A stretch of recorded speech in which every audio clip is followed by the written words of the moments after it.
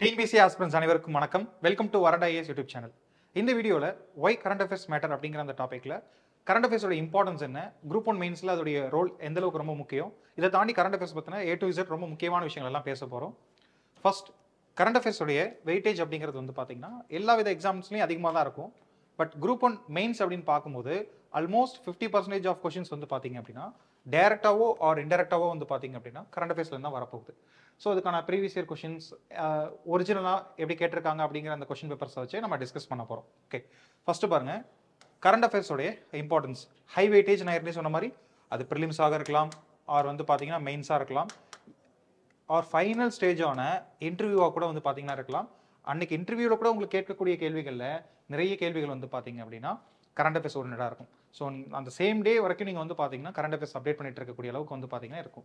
அப்போது current அஃபேர்ஸோட importance உங்கள் எல்லாருக்குமே தெரியும். அதோடைய வெயிட்டேஜ் அப்படிங்கிறது ரொம்ப அதிகமாக இருக்குது அப்படிங்கிறத நீங்கள் இதன் மூலமாகவே புரிஞ்சுக்க முடியும். ஓகே, ஸோ கொஷின்ஸ் நம்பரும் அதிகமாக கேட்குறாங்க. பட் இன்டெரக்டாகவும் வந்து பார்த்தீங்க அப்படின்னா புக்கில் இருக்கக்கூடிய கொஷினே கேட்டிருந்தா கூட அது பேக்ரவுண்டில் வந்து பார்த்தீங்கன்னா கரண்ட்டில் இருந்திருக்கும், அதனால கேட்கறதுக்கான பாசிபிள். ஸோ இது மாதிரி கொஷினை நம்ம கரண்ட் அஃபேர்ஸ் இன்ஸ்பயர்டு கொஷின்ஸ் அப்படின்னு சொல்லி சொல்லுவோம். அப்போ ஸ்டாட்டிக் போர்ஷன் அப்படின்னாலும் அதில் கரண்ட் அஃபேர்ஸோட தாக்கம் எந்த அளவுக்கு இருக்குது அப்படிங்கிறது நீங்கள் தெரிஞ்சுக்கோங்க. ரெண்டாவது, இந்த கரண்ட் அஃபேர்ஸ் படிக்கும்போது ஒரு நபருடைய சில ஸ்கில்ஸ் வந்து பார்த்தீங்கன்னா இம்ப்ரூவ் ஆகும். ஏன் வந்து ரொம்ப டாப் லெவல் டிசிஷன் மேக்கிங் எக்ஸாமினேஷன்ஸ்லாம் வந்து பார்த்தீங்கன்னா கரண்ட் அஃபேர்ஸோட வெயிட்டேஜ் அதிகமாக இருக்க வச்சிருக்கீங்களா? இப்போ எக்ஸாம்பிள் ஒரு குரூப் 4 லெவல் ஆர் வந்து குரூப் 2 லெவல் அப்படிங்கிற இந்த எக்ஸாம்ஸை காட்டிலும் அதை விட ஹை லெவலில் இருக்கக்கூடிய குரூப் 1 எக்ஸாம்லேயே கரண்ட் அஃபேர்ஸோடைய எண்ணிக்கை அதிகமாக இருக்குது. இது வந்து நம்ம தமிழ்நாட்டில் மட்டும் இல்லை, யூபிஎஸ்சி மாதிரி any other exams R central government exam பாருங்களேன், லோவர் லெவல் கிளர்க்கியல் ஜாப் இந்த மாதிரி எக்ஸாம்ஸ்லாம் கரண்ட் அஃபேர்ஸோட வெயிட்டேஜ் கம்மியாக இருக்கும். பட் பெரிய பெரிய அளவில் வந்து பார்த்தீங்கன்னா டாப் லெவல் டிசிஷன் மேக்கர்ஸ் அந்த மாதிரியான போஸ்ட்டுக்கு இருக்கக்கூடிய அந்த இதெல்லாம் வந்து பார்த்தீங்கன்னா கரண்ட் அஃபேர்ஸோட வெயிட்டேஜ் அதிகமாக இருக்கும். ரீசன் என்ன அப்படின்னு சொல்லி பார்த்தீங்க அப்படின்னா கரண்ட் அஃபேர்ஸ் நல்லா படிச்சிருக்கக்கூடிய ஒரு நபர்கிட்ட சில ஸ்கில்ஸ் எக்ஸ்ட்ரா இருக்கும். ஜென்ரல் அவேர்னஸ் ஸ்கில்லாக இருக்கலாம், அதே மாதிரி அனலிட்டிக்கல் ஸ்கில்லாக இருக்கலாம், கிரிட்டிக்கல் திங்கிங், டிசிஷன் மேக்கிங், இந்த மாதிரி நிறைய ஸ்கில்ஸ் வந்து பார்த்தீங்கன்னா அவங்கள்ட்ட கொஞ்சம் அதிகமாக இருக்கும். ஸோ அதனால தான் இந்த டாப் லெவல் அஃபிஷியல்ஸை செலக்ட் பண்ணக்கூடிய எல்லா எக்ஸாம்ஸ்லையுமே வந்து பார்த்தீங்கன்னா கரண்ட் அஃபேர்ஸ் வந்து அதிகமாக வைக்கிறாங்க. அடுத்தது ப்ராடர் பெர்ஸ்பெக்டிவ். ஸோ நம்ம வெறும் புக்கில் உள்ள விஷயத்தை மட்டுமே படிக்கும்போது வந்து பார்த்தீங்க அப்படின்னா நிறைய விஷயங்கள் நம்மளால வந்து தெரிஞ்சிக்க முடியாது. ஜஸ்ட் புக்கில் இருக்கக்கூடிய ஃபேக்ட் வாட் இஸ் வாட் அப்படிங்கிறத மட்டும் நம்ம தெரிஞ்சுப்போம். பட் உண்மையான தகவல்கள் வந்து பார்த்தீங்கன்னா நமக்கு எப்போ தெரியும் அப்படின்னா நியூஸ் பேப்பர்ஸை ரெகுலராக ரீட் பண்ணும்போது தான். நீங்கள் கவனிச்சிருக்கீங்களா? நார்மல் ஒரு சிட்டிசன் இருக்காங்க, பட் ரெகுலராக நியூஸ் பேப்பர் படிக்கக்கூடிய ஒரு சிட்டிசன் இருக்காங்க. ரெண்டு பேரில் யார் வந்து ரொம்ப குறுகிய மனப்பான்மையோட இருப்பாங்க, யார் ரொம்ப வந்து பார்த்தீங்கன்னா ப்ராடர் பெர்ஸ்பெக்டிவோட இருப்பாங்க? உங்களுக்கே தெரியும், ரெகுலராக நியூஸ் பேப்பர் படிக்கிறவங்க தான். அப்போ இதன் மூலமாக அந்த பர்சனுடைய ஸ்கில்ஸ் எந்த அளவுக்கு இம்ப்ரூவ் ஆகுது அப்படிங்கிறத தாண்டி அவருடைய பர்சனாலிட்டியே வந்து பார்த்தீங்க அப்படின்னா சேஞ்ச் ஆகுது. அப்போ நார்மல் ஒரு சிட்டிசனுக்கே கரண்ட் அஃபேர்ஸோட இம்பார்ட்டன்ஸ் எப்படின்னா நம்மள மாதிரி காம்படிட்டிவ் எக்ஸாமினேஷன் ஆஸ்பிரன்ஸுக்கு யோசிச்சு பாருங்களேன், இதோடைய ரோல் என்னவா இருக்கும் அப்படின்னு சொல்லிட்டு. ஸோ நீங்கள் மெயின்ஸ் மாதிரியான எக்ஸாமில் நிறைய ப்ராடர் பெர்ஸ்பெக்டிவ்ல நீங்கள் எழுதணும் அப்படின்னா கரண்ட் அஃபேர்ஸோட நாலேஜ் உங்களுக்கு அதிகமாக இருக்கணும். Enhanced answer writing. So answer writing பொறுத்த வரைக்கும் நிறைய கொஷின் டைரக்டாக கரண்ட் அஃபேர்ஸ்லேருந்து வரும். Okay, direct current affairs. Then some questions comes from indirect current affairs. இப்போ சமீபத்தில் முடிஞ்சிருக்கும், ஆர் அதுலேருந்து பேக்ரவுண்ட்லேருந்து கேட்கலாம்னு வச்சுக்கோங்களேன். இப்போ power and functions of governor பற்றி கேட்கலாம். ஆர் இப்போ பார்லிமெண்ட்ரி செஷன் நடந்துட்டு இருக்கனால நடந்து முடிஞ்ச பிறகு வைக்கக்கூடிய எக்ஸாம்ஸில் அந்த செஷன்ஸ் பற்றி இருக்கக்கூடிய பேக்ரவுண்ட் பற்றி கூட கொஷின்ஸ் கேட்கலாம். அப்போது இப்போ கூட போன வருஷம் குரூப் 1ல் இருக்கக்கூடிய ஒரு மெயின்ஸ் கொஷின் சொல்கிற பாருங்களேன், இந்தியன் பட்ஜெட்டை எப்படி தயாரிக்கிறாங்க, அதுக்கான ஸ்டெப்ஸ் என்னென்ன, எந்தெந்த படிநிலைகளில் அரசாங்கம் வந்து நிதிநிலை அறிக்கை தயாரிக்கிறாங்க அப்படின்னு சொல்லி கேட்டிருந்தாங்க. அப்போ யோசிச்சு பாருங்க, அது வந்து ஸ்டாட்டிக் போர்ஷன். பட் அப்போ தான் வந்து பார்த்தீங்கன்னா பட்ஜெட் வந்து தாக்கல் பண்ணியிருப்பாங்க, இல்லை அதன் பிறகு சில மாதத்தில் பட்ஜெட் தாக்கல் பண்ணியிருப்பாங்க. அப்போ யோசிச்சு பாருங்க, இப்போ இதெல்லாம் கூட நம்ம கரண்ட் அஃபேர்ஸில் வந்து பார்த்தீங்கன்னா கொண்டு வர முடியும். ஓகே, ஸோ ஆன்சர் ரைட்டிங்கில் direct indirect current affairs question இருக்குது, அதுக்கு நீங்கள் ஆன்சர் எழுத போகிறீங்க அப்படிங்கிறத தாண்டி ஸ்டாட்டிக் கொஷின்ஸில் கூட வந்து பார்த்தீங்கன்னா உங்களால் என்ன பண்ண முடியும்னா வேல்யூ ஆட் பண்ண முடியும். ஸோ கரண்ட் அஃபேர்ஸை வேல்யூ ஆட் பண்ணி யார் அவங்களுடைய ஆன்சரை கொடுக்குறாங்களோ அவங்களால தான் கம்பேரேட்டிவ்லி ஹை மார்க்ஸ் ஸ்கோர் பண்ண முடியும் மற்ற ஆஸ்பிரன்ஸை விட. இப்போ எக்ஸாம்பிள் லாஸ்ட் இயரில் இருக்கக்கூடிய ஒரு நம்ம மெயின்ஸ் கொஷினே சொல்கிறேன். சுயமரியாதை இயக்கம் அதனுடைய தாக்கம் பற்றி ஒரு கொஷின் வந்து பார்த்தீங்கன்னா கேட்டிருக்காங்க. இப்போ இதுக்கு எல்லாருமே 1925 சுயமரியாதை இயக்கம், அப்போ இருந்த இம்பேக்ட், பெரியார், அண்ணாதுரை, அப்போ நம்ம சொசைட்டியில் ஏற்பட்ட அந்த மாற்றம், ஜாதி பெயர்களை பேருக்கு முன்னாடி போடக்கூடாதுன்னு சொல்லக்கூடிய இந்த தீர்மானம், மாதிரி நிறைய விஷயங்கள் அப்போ மட்டும்தான் சுயமரியாதை இயக்கத்துடைய தாக்கம் இருந்துச்சா அப்படின்னு சொல்லி அதை மட்டுமே எழுதாமல் யார் ஒருவர் இப்போ கரண்ட்டில் இருக்கக்கூடிய இன்சிடென்ட், நம்ம கம்பேரிட்டிவ்லி நார்த் ஸ்டேட்ஸை விட நம்ம தமிழ்நாடு அப்படிங்கிறது நல்லா டெவலப் ஆயிருக்கு, அதுக்கு one of the reason, major reason சொல்ல முடியாது, பட் இதுவும் ஒரு ஒன் ஆஃப் த ரீசன். நம்ம தமிழர்கள்ட்ட வந்து பார்த்தீங்கன்னா இந்த சுயமரியாதை பண்பு அப்படிங்கிறது அதிக அளவில் இருக்குது. அதை தாண்டி நம்மகிட்ட பொலிட்டிக்கல் அவேர்னஸ் அப்படிங்கிறது அதிகமாக இருக்குது. அந்த அவேர்னஸை நமக்கு கொடுத்தது மிக முக்கியமாக இந்த இயக்கம். அப்போ யோசிச்சு பாருங்களேன், அப்போ இப்போ கரண்ட்டில் இருக்கக்கூடிய சில சினரியோஸும் சேர்த்து வந்து பார்த்தீங்கன்னா நம்ம என்ன பண்ணலாம், எழுத முடியும். இப்போ கூட வந்து பார்த்தீங்கன்னா, இன்டர் காஸ்ட் மேரேஜுக்குலாம் வந்து பார்த்தீங்கன்னா, வட இந்தியாவில நிறைய எதிர்ப்பு இருக்கு. அதுக்காக சட்டம் கொண்டு வரணும்னு கூட மக்கள் பிரதிநிதிகள் யோசிக்கிறாங்க. ஆனா நம்ம ஊர்ல வந்து பாருங்களேன், 50 இயர்ஸ் முன்னாடியே கலப்பு திருமணத்தை ஆதரிச்சு அரசாங்கமே ஊக்குவிக்கும் விதமா நிறைய விஷயங்கள் வந்து பார்த்தீங்கன்னா பண்ணியிருக்கிறாங்க. அப்ப ஆன்சர் ரைட்டிங் பொறுத்த வரைக்கும் நீங்க வேல்யூ ஆட் பண்றதுக்கு கரண்ட் அஃபேர்ஸ் நாலேஜ் ரொம்ப ரொம்ப முக்கியம். யார் கரண்ட் அஃபேர்ஸை வேல்யூ ஆட் பண்ணி ஆன்சர் கொடுக்குறாங்களோ அவங்களுக்கு தான் கன்ஃபார்ம் அதிக மார்க் கிடைக்க போகுது. அதில் எந்த வித சேஞ்சும் இல்லை. அதே மாதிரி ஸ்டாட்டிக் நாலேஜ் வந்து பார்த்தீங்கன்னா நீங்கள் இன்னும் கொஞ்சம் என்ஹான்ஸ் பண்ணிக்கணும் அப்படின்னா அதுக்கு கரண்ட் அஃபேர்ஸ் ரொம்ப ரொம்ப முக்கியம். புக்கில் இருக்கக்கூடிய அதே same content or any other material reference book படிக்கிறோம் அப்படின்னா இந்த ரெஃபரன்ஸ் புக்கில் இருக்கக்கூடிய அதே பாயிண்ட்ஸை எல்லாருமே எழுதுவாங்க. ஓகே, பட் நீங்கள் வந்து கரண்ட் அஃபேர்ஸ் படித்து அதில் இருக்கக்கூடிய சில எக்ஸ்ட்ரா விஷயங்கள் நீங்கள் சேர்த்துக்கிறீங்க. இப்போ எக்ஸாம்பிள் இப்போ கரண்ட்டில் போயிட்டு இருக்கக்கூடிய ஒரு விஷயம் சொல்கிறேன், உங்களுக்கு நல்லா கிளியராக புரியும். இப்போ கரண்ட்டில் வந்து குடியரசுத் தலைவர் உச்சநீதிமன்றத்துக்கு கேள்வி எழுப்பியிருந்தாங்க. சமீபத்தில் Tamil Nadu government versus governor of Tamil Nadu அந்த கேஸில் வந்து பார்த்தீங்கன்னா கவர்னருக்கு எவ்வளோ காலத்தில் வந்து பில்லை சைன் பண்ணணும் அப்படிங்கிற மாதிரி ஒரு தீர்ப்பு கொடுத்துருந்தாங்க. இப்போ நீங்கள் அந்த தீர்ப்பெல்லாம் நல்லா படிச்சிருக்கீங்க. படிச்சுட்டு திரும்ப குடியரசுத் தலைவர் வந்து உச்சநீதிமன்றத்தை இது தொடர்பான கேள்வி கேட்டிருந்தாங்க. அது பற்றின விஷயம் டிபேட்டையும் நீங்கள் இதெல்லாம் படிக்கிறீங்கன்னு வச்சுக்கோங்களேன். இப்போ நமக்கு கேட்கக்கூடிய கேள்வி வந்து பார்த்தீங்கன்னா ஜஸ்ட் சிம்பிளாக ஆளுநர் வந்து பார்த்தீங்க அப்படின்னா அவருடைய சுய விருப்ப அதிகாரத்தை பயன்படுத்தி டிஸ்கிரிஷனரி பவர் அவர் வந்து வேற சில ஆங்கிள் கூட கேட்கலாம். அவருடைய ஜஸ்ட் நார்மல் ஃபங்க்ஷன்ஸ் ரோல்ஸ் அவர் எப்படி வந்து பில்லுக்கு சைன் பண்ணணுமா வேணாமா, எப்போ வந்து குடியரசுத் தலைவருடைய இதுக்காக வைக்கணும் அப்படிங்கிற ரிசர்வ் பண்ணி வைக்கணும், இப்போ இந்த மாதிரி கொஸ்டின் கேட்குறாங்கன்னு வச்சுக்கோங்களேன். அதில் கூட நீங்கள் வந்து பார்த்தீங்கன்னா ஜஸ்ட் ஸ்டாட்டிக் கொஸ்டின் தான் அப்ரோச் பண்ணாமல் இப்போ இருக்கக்கூடிய அந்த ஜட்மெண்ட்டும் சேர்த்து எழுதும்போது ரொம்பவே வந்து பார்த்தீங்கன்னா நல்லாயிருக்கும். தென் உங்களுடைய ஸ்டாட்டிக் நாலேஜ் இன்னும் கொஞ்சம் வந்து பார்த்தீங்கன்னா நல்ல ஸ்ட்ராங்காக ஆகும்.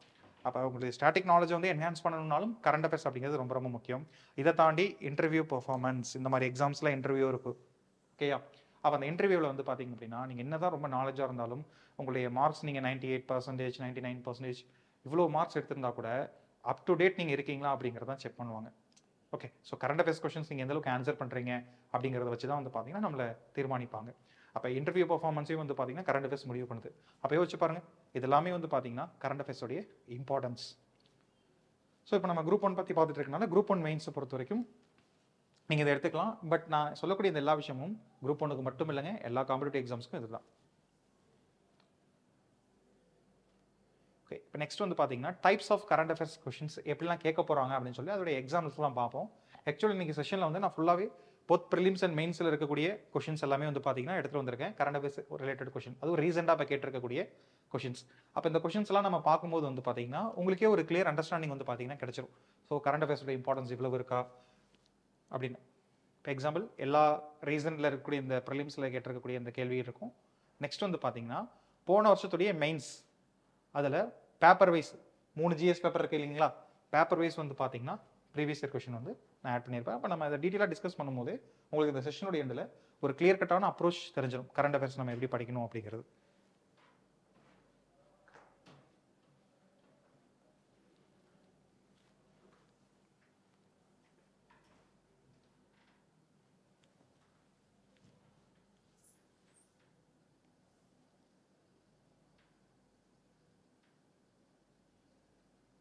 ஸோ இப்போ நம்ம type of current affairs question first பாருங்கள், டைரக்ட் கொஷின் நேரடியாக. இப்போ லாஸ்ட் இயர் குரூப் 1ல் வந்து பார்த்தீங்கன்னா சமீபத்திய தமிழக அரசாங்க திட்டங்கள் பற்றி ஒரு கொஷின் கேட்டிருந்தாங்க. அப்போ அவங்களே கொடுத்துட்டாங்க ரீசெண்ட் டைமில் இருக்கக்கூடிய ஸ்கீம்ஸ். அப்போ இது டேரெக்டாகவே கரண்ட் அஃபேர்ஸ் கொஷின், கரண்டில் இருக்கக்கூடிய ஸ்கீம்ஸ் தான் நம்ம எழுதுகிற மாதிரி இருக்கும். அப்போ கரண்ட் அஃபேர்ஸ் இன்ஸ்பயர்டு கொஷினா அது எப்படி இருக்கும் அப்படின்னா, இப்போ நான் எக்ஸாம்பிள் நான் உங்களுக்கு சொன்ன அந்த ஸ்டாட்டிக் போர்ஷன்ஸ்லேருந்து கொஷின் இன்ஸ்பயர் பண்ணி கேட்குறதா இருக்கலாம். அதுவும் போன வருஷம் நடந்த எல்லா எக்ஸாம்ஸ்லையுமே சரி, நீங்கள் டிஎன்பிஎஸ்சியோட நிறைய எக்ஸாம்ஸில் எடுத்து பார்த்தீங்கன்னா ஃபினான்ஸ் கமிஷனுடைய ஃபங்க்ஷன்ஸ், ஃபினான்ஸ் கமிஷன் பற்றின நிறைய கொஷின் வந்திருக்கும். என்ன ரீசன் யோசிச்சு பாருங்க. அப்போ அது வந்து ஃபினான்ஸ் கமிஷனுங்கிறது நம்ம புக்கில் இருக்கக்கூடிய கண்டென்ட் தான், அப்போ ஸ்டாட்டிக் கொஷின் தான். பட் அதை அதிகமாக ஏன் கேட்குறாங்க வழக்கத்தை விட அப்படின்னா இதுதான் கரண்ட் அஃபேர்ஸ் இன்ஸ்பயர்ட் கொஷின்ஸ்க்கு ஒரு எக்ஸாம்பிள். இப்போ லாஸ்ட் இயர் தான் 16 ஃபினான்ஸ் கமிஷன் அவங்களுடைய இந்த ஃபங்க்ஷன் அவங்க எல்லா பகுதிக்கும் வந்து பார்த்தீங்கன்னா போயிட்டு வந்து இந்த ஆக்சுவலாக நம்ம முன்னாடியே அமைச்சிருவாங்க. இப்போ 15வது ஃபினான்ஸ் கமிஷன் இப்போ முடியுது, அதன் பிறகு 16வது ஃபினான்ஸ் கமிஷன் அரவிந்த் பனகாரி அவருடைய தலைமையில் வந்து பார்த்தீங்கன்னா செயல்பட போகுது. இப்போ இந்த 2026 தான் அவங்க செயல்பட போகிறாங்க அப்படின்னா அதுக்கு 2 இயர்ஸ் முன்னாடி வந்து பார்த்தீங்கன்னா எப்பயுமே கொண்டு வந்துருவாங்க இல்லைங்களா. அப்போ அந்த 2 இயர்ஸாக அவங்க என்ன பண்ணுவாங்கன்னா இந்தியாவுடைய எல்லா பகுதிக்கும் போயிட்டு வந்து பார்த்தீங்கன்னா அந்தந்த மாநிலத்துடைய தேவை என்ன, எவ்வளோ பணம் அவங்களுக்கு ஒதுக்கினா கரெக்டாக இருக்கும் அப்படிங்கிற மாதிரி முடிவுலாம் அவங்க எடுப்பாங்க. அப்போ இந்தியாவுடைய ஃபினான்ஸ் கமிஷனும் வந்து பார்த்தீங்கன்னா நியூஸில் இருக்குது. சேம் டைம் தமிழ்நாட்டுடைய ஃபினான்ஸ் கமிஷனும் வந்து பார்த்தீங்கன்னா மாற்றி அமைச்சிருக்காங்க. ஓய்வு பெற்ற ஐஏஎஸ் ஆஃபீஸர் அலாவுதீன் அவருடைய தலைமையில் வந்து பார்த்தீங்கன்னா புதிய ஆணையம் வந்து பார்த்தீங்கன்னா அமைச்சிருக்காங்க, மாநில நிதி ஆணையம். அப்போ இது ரெண்டுமே கரண்ட்டில் இருக்குது. அப்போ அதை பற்றின கேள்விகள் வந்து பார்த்தீங்கன்னா கேட்குறதுல ஆச்சரியம் கிடையாது.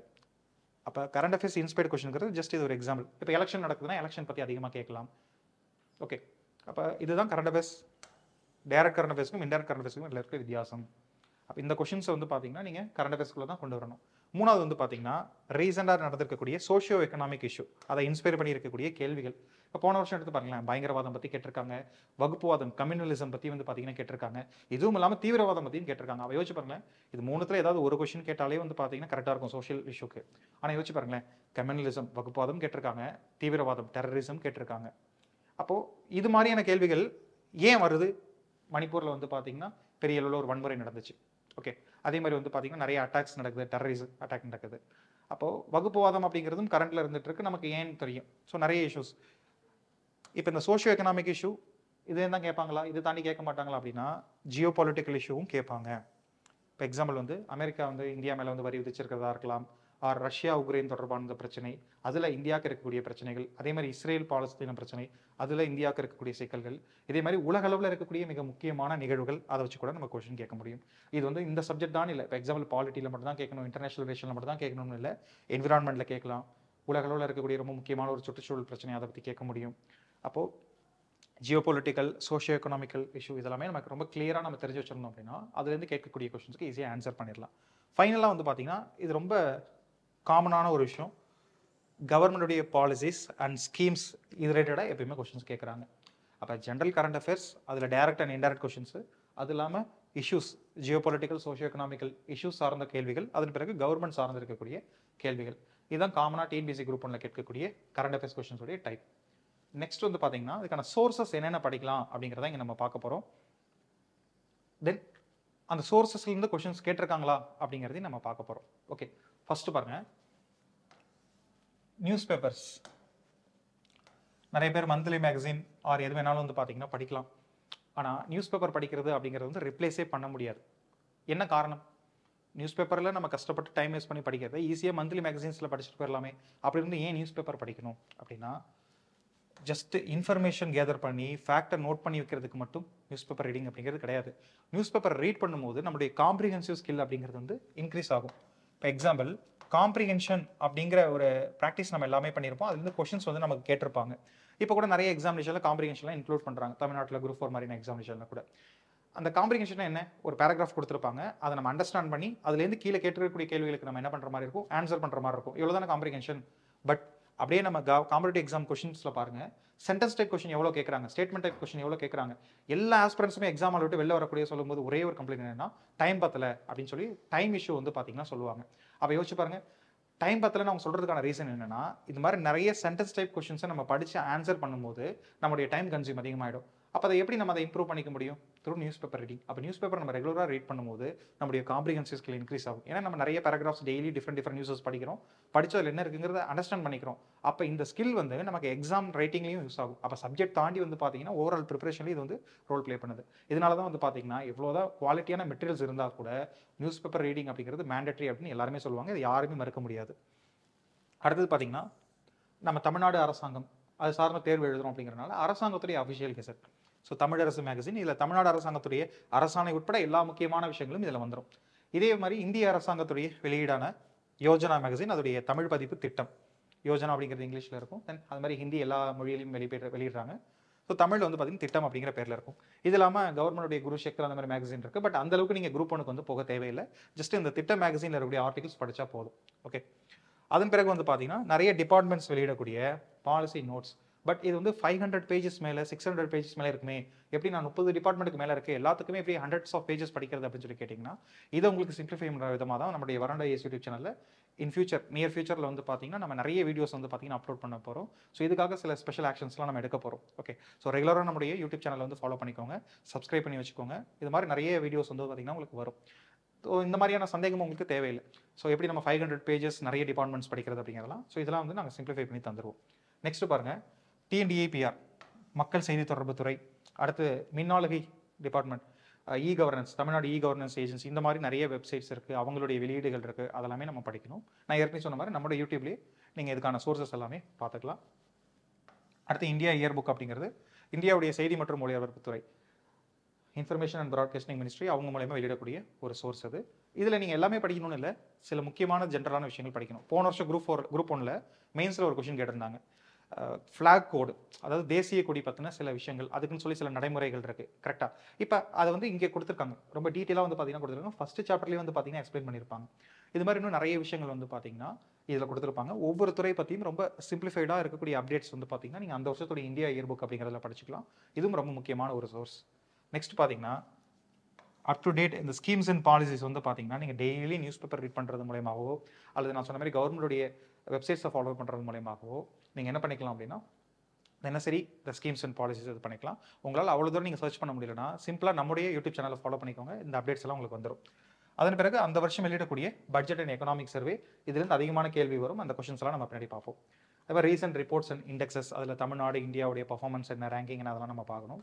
அது இல்லாமல் நீங்கள் உங்களோட டெய்லி ரொட்டீன்குள்ளேயே நம்மளுடைய டைமை வேஸ்ட் பண்ணாமல், ஈவன் நீங்கள் யூடியூப் பார்க்குறீங்க ஆர் இன்ஸ்டா பார்க்குறீங்க, இந்த மாதிரி பார்த்தா கூட ஏதாவது ப்ராப்பரான ஒரு கரண்ட் அஃபேர்ஸ் அதை ஃபாலோ பண்ணி அதை கண்டினியூ பண்ணுங்கள். நிறைய பேர் சொல்லக்கூடிய ஒரு கிளாசிக்கலான ஒரு ப்ராட்காஸ்ட் என்னென்ன அப்படின்னா ஆல் இண்டியா ரேடியோ, அதில் தமிழ் அண்ட் இங்கிலீஷில் நியூஸஸ் வரும். ஸோ இது இல்லாமல் வந்து பார்த்தீங்கன்னா நிறைய யூடியூப் சேனல்ஸ் நம்ம கவர்மெண்ட்டுடைய பப்ளிகேஷன்ஸே வந்து பார்த்தீங்கன்னா இருக்குது. ஸோ அது மாதிரி இருக்கக்கூடிய அந்த ப்ராட்காஸ்ட் அதெல்லாம் நீங்கள் ஃபாலோ பண்ணிக்கலாம். ஸோ இதெல்லாம் வந்து பார்த்தீங்கன்னா சோர்சஸ். ஸோ இவ்வளோ சோர்சஸ் இருக்குது அப்படின்னு சொல்லி நீங்கள் யோசிக்க வேணாம். இதில் மேக்ஸிமம் நான் முன்னாடி சொல்லியிருக்கக்கூடிய ஒரு 4-5 சோர்சஸ்லேயே 90% கொஷின்ஸ் கேட்டுருவாங்க. அதுக்கு அடுத்து இருக்கக்கூடியதெல்லாம் உங்களுடைய optional. Okay, so budget economic survey நீங்கள் மேண்டட்ரியாக கன்ஃபார்ம் படிக்கணும். ஸ்கீம்ஸ் பாலிசிஸ் மேண்டட்ரியாக கன்ஃபார்ம் படிக்கணும். அதே மாதிரி முதல்ல இருக்கக்கூடிய இந்த 3 விஷயம் இதுவும் ரொம்ப ரொம்ப முக்கியம். மற்றபடி நீங்கள் எல்லாமே வந்து பார்த்தீங்கன்னா உங்களுடைய ஆப்ஷன் நீங்கள் படிச்சிங்கன்னா உங்களுக்கு இன்னும் கொஞ்சம் எக்ஸ்ட்ரா நாலேஜ் வந்து பார்த்தீங்கன்னா கிடைக்கும். அவ்வளோதான். இப்போ நம்ம அந்த கொஷின்ஸ்லாம் பார்க்க போகிறோம். இதில் வந்து மேக்ஸிமம் எல்லாமே குரூப் 1 கொஷின், ப்ரிலிம்ஸ் கொஷின். ஒரு 2 கொஷின் மட்டும் வந்து பார்த்தீங்கன்னா சமீபத்தில் நடந்திருக்கக்கூடிய exams, CDS exam or group 1 மாதிரியான எக்ஸாம்ஸுடைய கொஷின். பட் அது வந்து குரூப் 1 லெவலில் இருக்கிறனால வந்து பார்த்தீங்கன்னா இங்கே வச்சிருக்கேன். இப்போ இது நம்ம போன குரூப் 1ல் வந்து பார்த்தீங்கன்னா கேட்டிருக்கக்கூடிய கேள்விகள். இப்போ காமனாக கரண்ட் அஃபேர்ஸில் ஃபஸ்ட் என்ன சொன்னால் டேரக்ட் கரண்ட் அஃபேர்ஸ் கொஷின் சொன்னா, அப்போ டேரெக்டாக கரண்ட் அஃபேர்ஸில் இருக்கக்கூடிய இம்பார்ட்டன்ட் ஏதாவது ஒரு விஷயம், இது வந்து நம்மளுடைய சிலபஸ்லையும் இருக்குது, சீஃப் எலெக்ஷன் கமிஷனர் அப்படிங்கிறது. பட் இது இம்பார்ட்டன்ட் பர்சன்ஸ் நம்ம நியூஸில் வரும்போது அவங்கள பற்றி கேட்கறதுங்கிறது நார்மல் விஷயம். அதனால டேரக்ட் கரண்ட் அஃபேர்ஸ் கொஷனில் சீஃப் எலெக்ஷன் கமிஷனரை பற்றி கேட்டிருக்காங்க. இதில் என்ன ஒரு விஷயம்னா சென்டென்ஸ் டைப்பில் நிறைய பேரால் ஆன்சர் பண்ண முடியாத மாதிரி கேட்டிருக்காங்க. அதுதான் இதில் வந்து பார்த்தீங்கன்னா ஹைலைட்.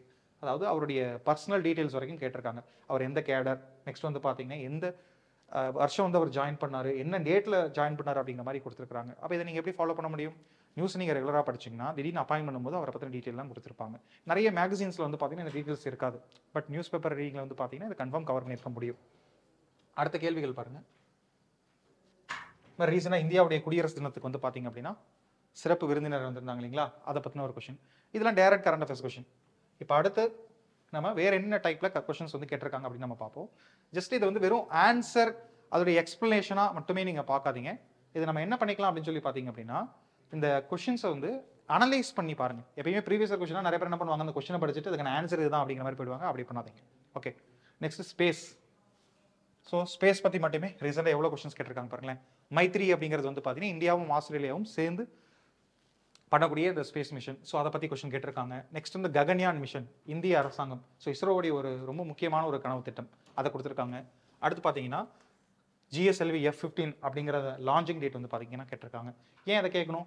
அது 100th மிஷன், இஸ்ரோவுடைய 100th மிஷன், அதனால கேட்டிருக்காங்க. அப்போ இதெல்லாமே வந்து பார்த்தீங்கன்னா நம்ம நேரடியான கரண்ட் அஃபேர்ஸ் கொஷின் அப்படின்னு சொல்லி நம்ம பார்த்துக்கலாம். இப்போ இது இல்லாமல் இந்த பட்ஜெட் எக்கனாமிக் சர்வேலாம் கொடுத்துருந்தோம் பார்த்தீங்களா, இப்போ அதுலேருந்து எப்படி கொஷின் கேட்டிருக்காங்க. ஸோ பட்ஜெட்டுடைய ஃபர்ஸ்ட் பேஜ்லேயே இதை தான் உங்களுக்கு என்ன பண்ணியிருப்பாங்க அப்படின்னா கொடுத்துருப்பாங்க. 4 இன்ஜின்ஸ் அப்படிங்கிற கொஸ்டின் கேட்டிருக்காங்க பாருங்க. 2025-26 நிதிநிலை அறிக்கையில் குறிப்பிடப்பட்டுள்ள 4 இயந்திரம் என்ன, ஒரு நாட்டினுடைய வளர்ச்சிக்கு தேவையான 4 இயந்திரம் என்ன அப்படிங்கிறத கேட்டிருக்காங்க. அது எந்த ஆர்டரில் இருக்குது அப்படிங்கிற மாதிரி கேட்டிருக்காங்க. அப்போ இதுக்கு நீங்கள் என்ன பண்ணணும், அந்த பட்ஜெட் PDF வந்திருக்கும், அந்த PDF நம்ம என்ன பண்ணணும்னா கிளியராக படிச்சிருக்கணும். அதே மாதிரி தமிழக அரசாங்கத்துடைய பட்ஜெட்லேருந்து கொஸ்டின் கேட்டிருக்காங்க பாருங்க. இப்போ சமீபத்தில் பட்ஜெட்டில் தான் நம்ம என்ன பண்ணோம் அப்படின்னா ரூபாய் சின்னத்தை மாற்றிட்டு ரூ அப்படிங்கிற தமிழ் எழுத்து சின்னத்தை வந்து நம்ம பயன்படுத்தணும். அதை வச்சு ஒரு கொஸ்டின் கேட்டிருந்தாங்க. இது நம்ம எல்லாருக்குமே தெரிஞ்சது.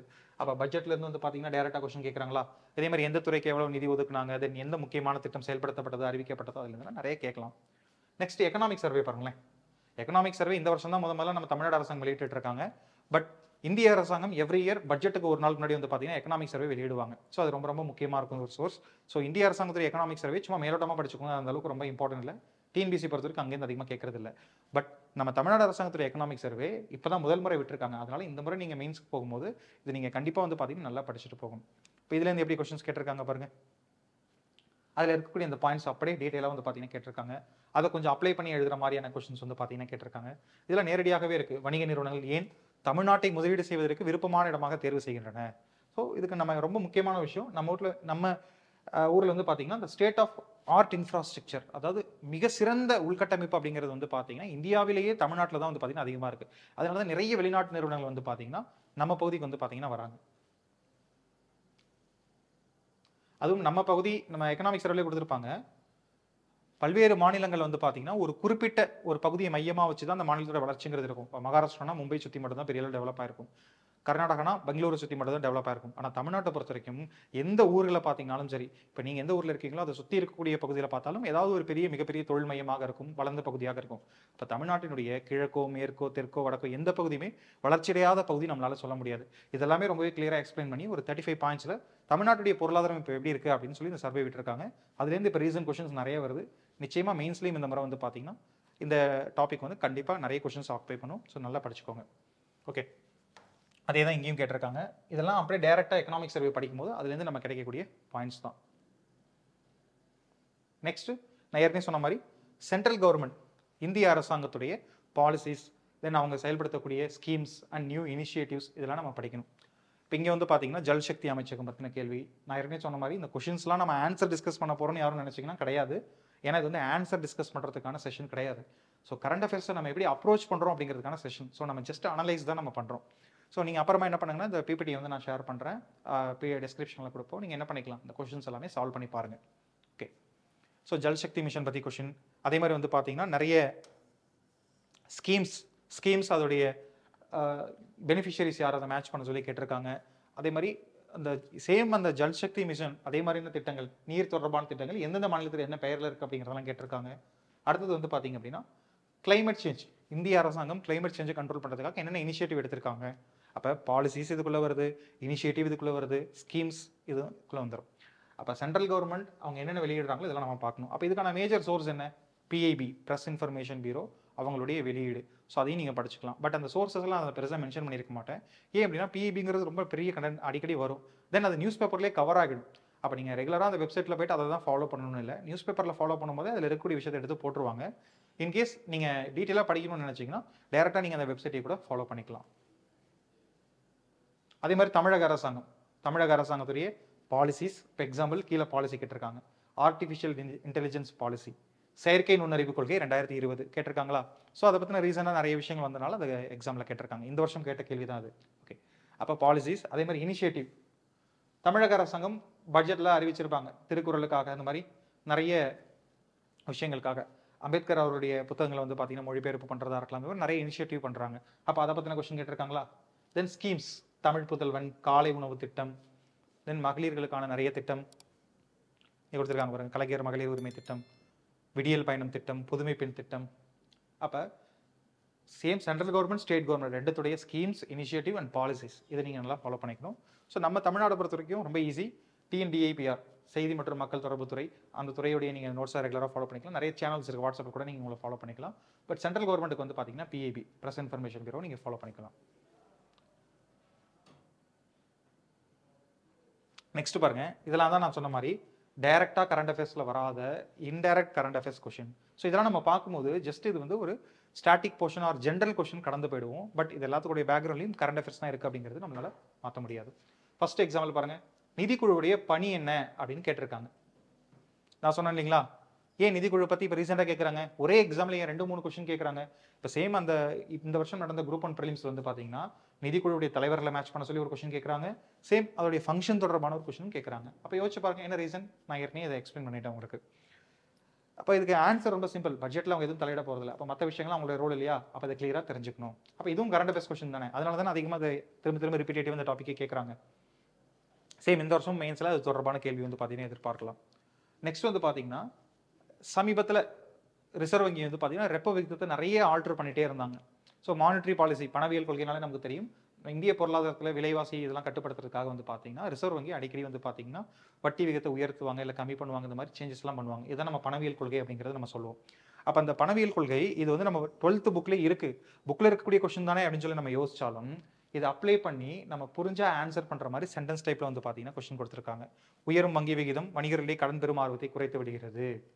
அப்போ இதெல்லாம் நம்ம ஜென்ரல் நாலேஜ் தென் கரண்ட்டில் அதிக முறை மாற்றினால இந்த கொஸ்டின்ஸ் வந்து பார்த்தீங்கன்னா கேட்கறதுக்கான வாய்ப்பு நிறையா இருக்குது. இது நம்ம ஸ்கூல் புக்கை படித்தாலுமே ஆன்சர் பண்ணிடலாம். பட் நம்ம அப்ளை பண்ணி படிக்கிறது மூலயமா இல்லை அப்ளை பண்ணி ஆன்சர் பண்ணுறது மூலயமா இதுக்குள்ளே கரண்ட் அஃபேர்ஸும் வந்து பார்த்தீங்கன்னா வந்துடுது. அதே மாதிரி இப்போ நீங்கள் நார்மலாக கரண்ட் அஃபேர்ஸ் ரெகுலராக ஃபாலோ பண்ணியிருக்கீங்கன்னா உங்களுக்கான ஒரு அட்வான்டேஜ் என்ன? ஒரு ஆஸ்பிரண்ட் வந்து ஸ்டாட்டிக்காக ரொம்ப ஸ்ட்ராங்காக இருக்காரு, இன்னொரு ஆஸ்பிரண்ட் ஸ்டாட்டிக்கில் வீக்காக இருக்காரு. ஆனால் கரண்ட் அஃபேர்ஸில் ரொம்ப ஸ்ட்ராங்காக இருந்தாலும் ஸ்டாட்டிக்கில் 2 பேருடைய மார்க்கும் கிட்டத்தட்ட ஒன்றா தான் இருக்கும். என்ன ரீசன்னா, கரண்ட் அஃபேர்ஸ் படிக்கும் போதே எந்தெந்த விஷயங்கள்லாம் நியூஸில் ரெகுலராக வருது அப்படின்னு சொல்லி நமக்கு தெரிஞ்சிருக்கும் பார்த்தீங்களா? அந்த ஸ்டாட்டிக் போர்ஷனை நம்ம நல்லா கவர் பண்ணி படித்தாலே வந்து பார்த்தீங்கன்னா ஈஸியாக நம்ம ஆன்சர் பண்ணிடலாம். ஃபார் எக்ஸாம்பிள் இந்த கொஸ்டினே பாருங்களேன். கன்ஃபார்ம் நல்ல கரண்ட் அஃபேர்ஸ் படிக்கக்கூடிய இந்த ஸ்டூடெண்ட் ஃபினான்ஸ் கமிஷன் பற்றி படிக்காமல் இருக்க மாட்டாங்க ஸ்டாட்டிக்கில். அதே மாதிரி இந்த ரெப்போ விகிதம், ரிவர்ஸ் ரெப்போ மாதிரி மானிட்டரி பாலிசி பற்றி கன்ஃபார்ம் படிக்காமல் இருக்க மாட்டாங்க. ஏன்னா அவங்க படிச்சிருக்கக்கூடிய இந்த 1 இயர் கரண்ட் அஃபேர்ஸ்லேயே மேக்ஸிமம் ஆஃப் டைம் இது கொடுத்துருப்பாங்க அப்படிங்கிறது அவங்க படிக்கும்போது தெரிஞ்சிருக்கும். அப்போ நீங்களும் இதே அப்ரோச் தான் வந்து பார்த்தீங்கன்னா ஃபாலோ பண்ணணும். நெக்ஸ்ட், நாட்டின் வளர்ச்சி, உட்கட்டமைப்பு, ஸோ இன்ஃப்ராஸ்ட்ரக்சர், இதெல்லாம் நம்ம பிரைம் மினிஸ்டர் வந்து பார்த்தீங்கன்னா ஒரு சமீபத்தில் பேசியிருப்பார். ஸோ அவர் பேசினதுலேருந்து தான் கொஸ்டின் கேட்டிருக்காங்களான்னு பார்த்தீங்கன்னா அப்படி கிடையாது. இது ஜென்ரல் கொஸ்டின் தான். ஒரு நாட்டுடைய வளர்ச்சிக்கு, பொருளாதார வளர்ச்சிக்கு அந்த நாட்டுடைய இன்ஃப்ராஸ்ட்ரக்சருங்கிறது ரொம்ப முக்கியம். அந்த இன்ஃப்ராஸ்ட்ரக்சர்லேயும் ரொம்ப ரொம்ப முக்கியமான இன்ஃப்ராஸ்ட்ரக்சர் வந்து பார்த்தீங்கன்னா போக்குவரத்து. அப்போ கடந்த ஒரு 3-4 பட்ஜெட்டாவே இந்திய அரசாங்கம் PM கதிசக்தி யோஜனாவாக இருக்கலாம், அந்த மாதிரி நிறைய திட்டங்கள் வந்து பார்த்தீங்கன்னா செயல்படுத்திட்டு இருக்காங்க. சேம் அதே மாதிரி தமிழ்நாட்டிலையும் வந்து பார்த்தீங்கன்னா ஒவ்வொரு பட்ஜெட்லையுமே, இந்த பட்ஜெட்லையுமே முதலமைச்சருடைய கிராமப்புற சாலைகள் மேம்பாடு திட்டம் அந்த மாதிரி நிறைய திட்டங்கள் கொண்டு வந்திருக்காங்க. அப்போ யோசிச்சு பாருங்க. அப்போ இது வந்து ஒரு ஜென்ரல் கொஸ்டின். ஓகே, புக்கில் கூட நம்ம வந்து பார்த்தீங்கன்னா டிரான்ஸ்போர்ட் அப்படிங்கிறது கவர் ஆகுது அப்படின்னு நம்ம பார்த்துக்கலாம். ஆனால் இந்த கண்டென்ட் அப்படியே புக்கில் இருக்குமான்னு கேட்டிங்கன்னா கிடையாது. தென் டேரெக்டாக இதில் ஏதாவது கரண்ட் அஃபேர்ஸ் இருக்கான்னு பார்த்தீங்கன்னா கிடையாது. பட் பேக்ரவுண்டில் வந்து பார்த்தீங்கன்னா ரெகுலராக நீங்கள் கரண்ட் அஃபேர்ஸ் படிக்கிற ஸ்டூடெண்டாக இருந்தீங்கன்னா இந்த கொஸ்டின் நீங்கள் ஈஸியாக ஆன்சர் பண்ணியிருக்கலாம். ஓகே, இப்போ எக்ஸாம்பிள் பிரைம் மினிஸ்டர் பேசக்கூடிய விஷயத்தை நீங்கள் கவர் பண்ணியிருப்பீங்க. அப்போ அவர் பேசும்போது இதை பற்றி பேசியிருக்காரு. டேரெக்டாகவே ஒரு மிகப்பெரிய ஒரு பாலத்தை, மிக உயரமான இடத்துல வந்து ஒரு பிரிட்ஜை ஓப்பன் பண்ணும்போது ஒரு நாட்டினுடைய பொருளாதார வளர்ச்சிக்கு வந்து இன்ஃப்ராஸ்ட்ரக்சர் ரொம்ப முக்கியம், அதில் டிரான்ஸ்போர்ட்டுக்கு ரொம்ப முக்கியம் அப்படிங்கிறது பேசினது. அப்போ அதே விஷயம் தான் வந்து பார்த்தீங்கன்னா இங்கே கேள்வியாக இருக்குது. ஓகே, நல்லா ஞாபகம் வச்சுக்கோங்க. அவங்க பேசுறதுனால தான் இந்த கொஸ்டின் கேட்டாங்க நான் சொல்ல வரல. பட் நீங்கள் இந்த கரண்ட் அஃபேர்ஸை ஃபாலோ பண்ணியிருந்தீங்கன்னா அதுக்கு ஆன்சர் பண்ணலாம் அப்படிங்கிறது தான். ஓகே, அதே மாதிரி இதுவும் ரொம்ப முக்கியமான ஒரு கரண்ட் அஃபேர்ஸ் கொஸ்டின். இப்போ நம்ம சமீப காலத்தில் பார்க்குறோம், மத்திய அரசாங்கம் வந்து ஸ்டேட்ஸ் மேலே என்ன பண்ணுறாங்க அப்படின்னா அந்த பாலிசி வந்து திணிக்கிற மாதிரியான நிறைய விஷயங்கள் பார்க்குறோம் இல்லையா? ஸோ அதை வச்சே கொஸ்டின் கேட்டிருக்காங்க. State government have considerable flexibility in deciding policies. அதே மாதிரி பாருங்களேன், overall policy framework for the social sectors in India is laid out by the central government. அதான் மத்திய அரசாங்கத்துடைய தாக்கம் தான் பாலிசிஸில் அதிகமாக இருக்குது அப்படின்னு சொல்லி சொல்கிறாங்க. இப்போ நம்ம ரீசனாக நடந்து முடிஞ்ச ஒரு தேர்வில் கூட PM ஸ்ரீ திட்டத்தை நம்ம ஏற்றுக்கல, அதே மாதிரி வந்து இருமொழி கொள்கை தான் நம்ம செயல்படுத்துறோம் அப்படிங்கிற மாதிரி ஒரு கரண்ட் சோஷியல் இஷ்யூ வச்சு ஒரு கொஸ்டின் கேட்டிருந்தாங்க பார்த்தீங்களா? இப்போ அது வந்து டேரெக்டாக அந்த இஷ்யூ அப்படியே கேட்டுட்டாங்க. பட் இது அந்த இஷ்யூ வந்து டேரெக்டாக கேட்காம இன்டெரக்டாக கேட்குறாங்க, அவ்வளோதான். இப்போ நம்ம கல்விக் கொள்கையாக இருக்கலாம், ஆர் வேறு சில விஷயங்களாக இருக்கலாம், நம்முடைய பாலிசியை நம்ம ஸ்டேட் டிசைன் பண்ணுறதை விட சென்ட்ரல் கவர்மெண்ட் வந்து என்ன பண்ணுறாங்க, நம்மளை ஃபோர்ஸ் பண்ணுறாங்க. இப்போ எக்ஸாம்பிள் இந்த திட்டத்தை நீங்கள் ஏற்றுக்கோங்க, அப்போ தான் இந்த பணத்தை நாங்கள் விடுவிப்போம் அப்படின்னு சொல்லி எஜுகேஷன் சொல்கிறாங்க. PM ஸ்ரீ திட்டத்தை ஏற்றுக்காதனால இப்போ நமக்கு வர வேண்டிய பணம் வந்து வராமல் பெண்டிங்கில் இருக்கு இல்லையா? அப்போ சேம் இதே வந்து பேக்ரவுண்டில் வச்சு ஜென்ரலாக வந்து பார்த்தீங்கன்னா கொஸ்டின்ஸ் கேட்டிருக்காங்க. நெக்ஸ்ட் பாருங்க, ஏர் பொல்யூஷன். ஏர் பொல்யூஷன் நீங்கள் காமனாகவே நீங்கள் நியூஸ் பேப்பர் தொடங்கினாலே அதுவும் அதிகமாக வரும். குறிப்பாக அதுவும் டெல்லியில் வந்து பார்த்தீங்கன்னா வீக்லி ஒன்ஸ் ஆச்சு நியூஸ் பேப்பரில் டெல்லி பொல்யூஷன் பற்றி போட்டுருவாங்க. அப்போ அது பற்றின ஆக்ஷன் நம்ம என்ன பண்ணிட்டு இருக்கோம் அப்படிங்கிறத தாண்டி கம்பேரிட்டிவ்லி நமக்கு பக்கத்தில் இருக்கக்கூடிய சீனா எப்படி இதை கண்ட்ரோல் பண்ணாங்க. சீனாவும் வந்து பார்த்தீங்கன்னா மிக அதிகமாக இண்டஸ்ட்ரீஸ் இருக்கக்கூடிய, மிக அதிக மக்கள் இருக்கக்கூடிய ஒரு பகுதி தான். பட் அவங்க எப்படி இந்த பொல்யூஷனை கண்ட்ரோல் பண்ணாங்க, நம்ம அவங்க ஃபாலோ பண்ணுறோமா அப்படிங்கிற மாதிரி வந்து பார்த்தீங்கன்னா ஒரு கொஸ்டின் கேட்டிருக்கிறாங்க. அப்போ இது எல்லாத்துக்கும் கரண்ட் அஃபேர்ஸ் படிக்கக்கூடிய ஸ்டூடெண்ட், தென் ஒரு ஜென்ரல் நல்ல ஸ்டாட்டிக் ஸ்ட்ராங்காக இருக்கக்கூடிய ஸ்டூடெண்ட், 2 பேரில் இந்த கொஸ்டின்ஸ்லாம் யார் கரெக்டாக ஆன்சர் பண்ணியிருப்பாங்கன்னா கரண்ட் அஃபேர்ஸ் நாலேஜ் இருக்கக்கூடிய ஸ்டூடெண்ட் தான் ஆன்சர் பண்ணியிருக்க முடியும். அப்போ இந்த மாதிரியான கொஸ்டின்ஸ் தான் உங்களுக்கான ரிசல்ட் வந்து பார்த்தீங்கன்னா தீர்மானிக்குது. நார்மலாக எல்லாருக்குமே தெரிஞ்ச கரண்ட் அஃபேர்ஸ் கொஸ்டினோ ஸ்டாட்டிக் கொஸ்டினோ எல்லாருமே ஆன்சர் பண்ணிடுவாங்க. ஓகே, ஸோ இந்த மாதிரி ஜென்ரல் கொஸ்டினை யார் ஆன்சர் பண்ணுறாங்களோ அவங்க தான் நெக்ஸ்ட் லெவல் போக முடியும். ஓகே, இது வரைக்கும் நம்ம ப்ரிலிம்ஸில் இருக்கக்கூடிய டிஃப்ரெண்ட் டைப்ஸ் ஆஃப் கொஸ்டின் வந்து பார்த்தீங்கன்னா பார்த்துருந்தோம். இப்போ குரூப் 1 மெயின்ஸில் கரண்ட் அஃபேர்ஸ் பற்றி ஃபுல்லாக நம்ம பார்க்குறோம். ஃபர்ஸ்ட் கவனிங்க, குரூப் 1 மெயின்ஸ் பொறுத்த வரைக்கும் மொத்தம் தமிழ் எலிஜிபிலிட்டியை விட்டுட்டு பார்த்தீங்கன்னா 3 GS பேப்பர் இருக்கு இல்லையா? அதில் GS 1 ஜென்ரல் ஸ்டடீஸ் 1. ஸோ அந்த பேப்பரில் வந்து பார்த்தீங்கன்னா எத்திக்ஸ் இருக்கும், மாடர்ன் ஹிஸ்ட்ரி இருக்கும். ஸோ இந்த சப்ஜெக்ட்லாம் இருக்கு இல்லைங்களா? இப்போ அந்த பேப்பர் வந்து என்ன மாதிரியான கொஸ்டின்ஸ் கேட்டிருக்காங்க அப்படிங்கிறத நம்ம பார்க்குறோம்.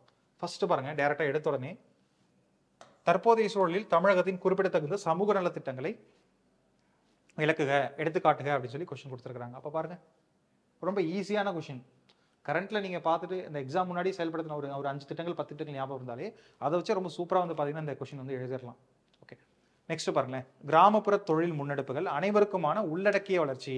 அகைன் இந்த இன்க்ளூசிவ் டெவலப்மெண்ட் அப்படிங்கிறத எல்லாருமே பேசிட்டு இருக்காங்க. இப்போ உலகம் முழுக்க வந்து பார்த்தீங்கன்னா வெறும் ஜிடிபி growth மட்டும் இம்பார்ட்டன்ட் இல்லை, வெறும் எக்கனாமிக் growth வச்சு ஒன்றுமே பண்ண முடியாது, இன்க்ளூசிவ் growth வச்சு தான் நம்ம டெவலப் ஆகணும் அப்படிங்கிறத எல்லா தலைவர்களுமே ஏற்றுக்கிட்டாங்க. நம்ம பிரதமர் வரைக்குமே வந்து பார்த்தீங்கன்னா G20 மாநாட்டில் அதை பற்றி பேசியிருக்காங்க. அப்போ கிராமப்புறத்தையும் டெவலப் பண்ணணும். இப்போ எக்ஸாம்பிள் நகர்ப்புறம் நல்லா டெவலப் ஆயிருக்கும், கிராமப்புறம் பெருசாக டெவலப் ஆகல. அப்போ இன்க்ளூசிவ் growthனா என்ன? ஆக்சுவலாக இன்இக்வாலிட்டிங்கிறது எந்த இடத்துலையுமே இருக்கக்கூடாது. அது மக்கள் அடிப்படையில் பார்க்கும்போதும் சரி, அதே மாதிரி பகுதி அடிப்படையில் பார்க்கும்போதும் சரி. இப்போ எக்ஸாம்பிள் கிராமம் நகரம் ரெண்டுத்துல எது டெவலப் ஆயிருக்குன்னு கேட்டால் எல்லாருக்குமே தெரியும். ஓகேவா, நகரம் நல்லா டெவலப் ஆயிருக்கும், கிராமம் டெவலப் ஆயிருக்காது. அப்போ அங்கே இன்க்ளூசிவ் growthங்கிறது கட்டாயம் இருக்க முடியாது இல்லையா? எப்படி ஏழை பணக்காரங்க நம்ம சொல்கிறோமோ அங்கே இன்இக்வாலிட்டி இருக்கும், அதே மாதிரி தான் நகரம் கிராமம்னு பார்த்தாலும் இன்இக்வாலிட்டி இருக்குது. அப்போ கிராமப்புறத்தை நம்ம ப்ரொமோட் பண்ணுறது மூலயமா அந்த இன்இக்வாலிட்டி சரி செய்ய முடியும். கிராமப்புற மக்களும் வந்து பார்த்தீங்கன்னா ஒரு பொருளாதார வளர்ச்சியில் பங்களிக்கிறது நம்ம உறுதி செய்ய முடியும். இதான் இன்க்ளூசிவிட்டி. இப்போ அதை பற்றின கேள்வியா? இதுக்கு நல்ல கரண்ட் அஃபேர்ஸ் நாலேஜ் நமக்கு இருந்தால் ஈஸியாக ஆன்சர் பண்ணலாம். தென் கான்செப்சுவல் நாலேஜ் நமக்கு வேணும். ஓகே, இன்க்ளூசிவ் growthனா என்ன? ஆக்சுவலாக இதுதான் ரீசன் இந்தியா வல்லரசு நாடாகிறதுக்கு ஒரே காரணம். உள்ளடக்கிய வளர்ச்சி நம்ம நாட்டில் இல்லை, மற்ற எல்லாமே இருக்குது. உலகத்துடைய மிகப்பெரிய பொருளாதாரம் இருக்கும், இன்ஃப்ராஸ்ட்ரக்சர் இருக்குது, நிலையான அரசாங்கம் உட்பட எவ்வளோ விஷயங்கள் இருந்தாலும் உள்ளடக்கிய வளர்ச்சி இன்க்ளூசிவ் growth இந்தியாவில் இருக்கக்கூடிய எல்லா மக்களுமே வளர்ந்து நம்ம நாடு வளருதான்னு கேட்டிங்கன்னா இல்லை. இங்கே இருக்கக்கூடிய சில நிறுவனங்கள், சில இம்பார்ட்டன்ட் பர்சன்ஸ் வளர்றதுனால நம்ம நாடு வளர்ற மாதிரி தெரியுது. அதுதான் உண்மை. அதனால தான் நம்ம இன்னும் வல்லரசு நாடாக யாரும் ஏற்றுக்கல. நெக்ஸ்ட் பாருங்க, வன்முறை. நான் ஏற்கனவே சொன்ன மாதிரி டெரரிசம் பற்றி கொஸ்டின் கேட்டிருக்காங்களா? அடுத்து பயங்கரவாதம். ஸோ இதான் டெரரிசம், பயங்கரவாதம் அப்படிங்கிற டெரரிசம். ஸோ இங்கே வந்து பார்த்தீங்கன்னா வயலன்ஸ் பற்றி ஒரு கொஸ்டின் கேட்டிருக்காங்க. ஜென்ரலாக வன்முறை. இப்போ வன்முறை அப்படின்னா நம்ம மணிப்பூரில் நடந்த கலவரம் வன்முறை, அதை பற்றி நம்ம சொல்லலாம். இல்லை ரீசெண்டாக நிறைய இடத்துல நம்ம நியூஸ் பேப்பர் படிக்கும்போது ஃபாலோ பண்ணும்போது நிறைய வன்முறை நிகழ்வுகளை நம்ம பார்த்துருக்கலாம். அதை பற்றி நம்ம ஈஸியாக எழுதிடலாம். இப்போ அதை பற்றின விழிப்புணர்வு ஏற்படுத்தக்கூடிய அவசியம் என்ன, அதை எப்படி கட்டுப்படுத்தலாங்கிற மாதிரியான விஷயம்லாம் இங்கே கொடுத்துருக்காங்க. ஓகே,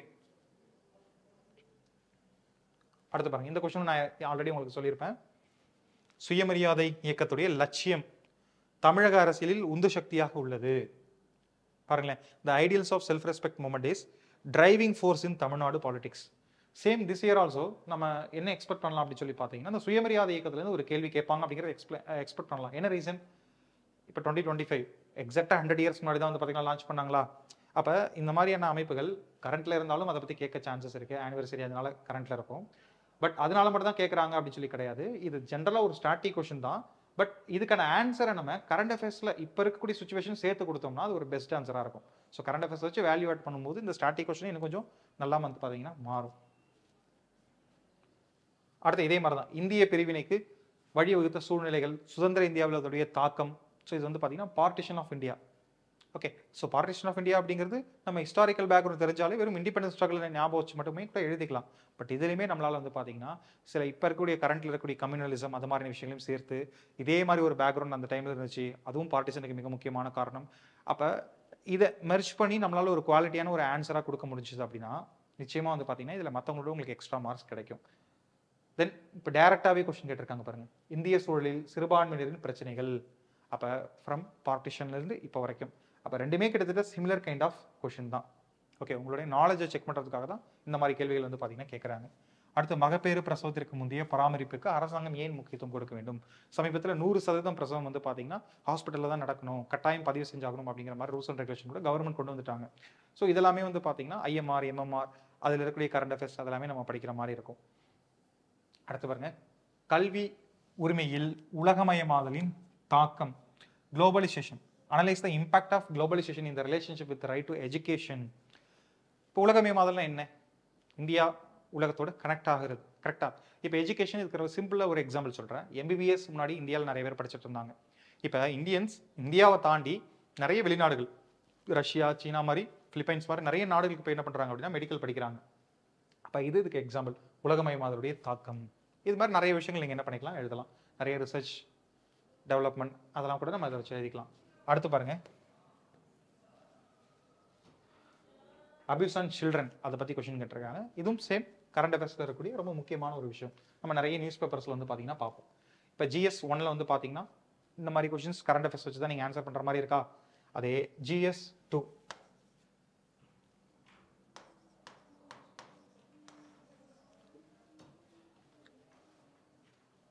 இந்திய தேர்தல் ஆணையமே தேர்தல் நடைமுறைகளின் பாதுகாவலன். Election commission is the custodian of electoral process in India. யோசிச்சு பாருங்க, இது இப்போ இருக்கக்கூடிய கரண்ட் அஃபேர்ஸ் மாதிரி இருக்கா? அப்போது எலெக்ஷன் கமிஷன் வந்து பார்த்தீங்க அப்படின்னா நியாயமான நேர்மையான தேர்தலை ஃப்ரீக்வெண்ட்டாக வந்து பார்த்தீங்கன்னா நடத்தணும் அப்படிங்கிறது ரொம்ப ரொம்ப முக்கியம். அப்போ இப்போ சேம் விஷயம் இந்த கொஸ்டின் திரும்ப கூட ரிப்பீட் பண்ண வாய்ப்பு இருக்குது. ஏன்னா இப்போ ரொம்ப பெரிய ஒரு இஷ்யூ போயிட்டு இருக்கு எலெக்ஷன் கமிஷன் மேலே நிறைய பேர் வந்து கம்ப்ளைண்ட் வச்சுட்டு இருக்காங்க இல்லையா. அப்போ இந்த கொஸ்டின் வந்து கரண்ட் அஃபேர்ஸ் தான் நம்ம அப்ரோச் பண்ண முடியும். நெக்ஸ்ட் வந்து பார்த்தீங்கன்னா டிஜிட்டல் இந்தியா, அதில் ஏஐ அதோடைய பங்கு என்ன, சேம் அதே மாதிரி வந்து பார்த்தீங்கன்னா ரோபோட்டிக்ஸ்னா என்ன, ரோபோட்டிக்ஸ்க்கும் ஏஐக்கும் என்னென்ன டிஃப்ரென்ஸ் இருக்குது, அதே மாதிரி வந்து பார்த்தீங்கன்னா அதோடைய அட்வான்டேஜஸ் என்னன்னு கேட்டிருக்காங்க. சேம் செயற்கை நுண்ணறிவு மட்டுமே தனி அப்படின்னு சொல்லி கேட்டிருக்காங்க. நெக்ஸ்ட் பட்ஜெட் ரிலேட்டாக வந்து பார்த்தீங்கன்னா கேட்டிருக்காங்க. இது வந்து ஒரு ஸ்டாட்டிக் போர்ஷன் தான். பட் நம்ம ரீசெண்டாக பட்ஜெட் நல்லா கிளியராக படிச்சு இருக்கும்போது நம்ம ஈஸியாக அந்த கொஸ்டின்ஸ்லாம் வந்து ஆன்சர் பண்ண முடியும். அதே மாதிரி டிபிஎஸ்பி வச்சு வந்து பார்த்தீங்கன்னா எப்படி டெமோக்ரஸி வந்து பார்த்தீங்கன்னா அதை ப்ரொமோட் பண்ண அது சப்போர்ட் ஆகுது, சோஷியோ எக்கனாமிக் டெவலப்மெண்ட்டுக்கு அது எப்படி யூஸ்ஃபுல்லாக இருக்குது அப்படிங்கிற மாதிரி கேட்டிருக்காங்க. அப்போ இந்த ஏரியாவில் வந்து நம்ம கரண்ட் அஃபேர்ஸ் வேல்யூ ஆட் பண்ண முடியும். ஃபைனலாக பாருங்க,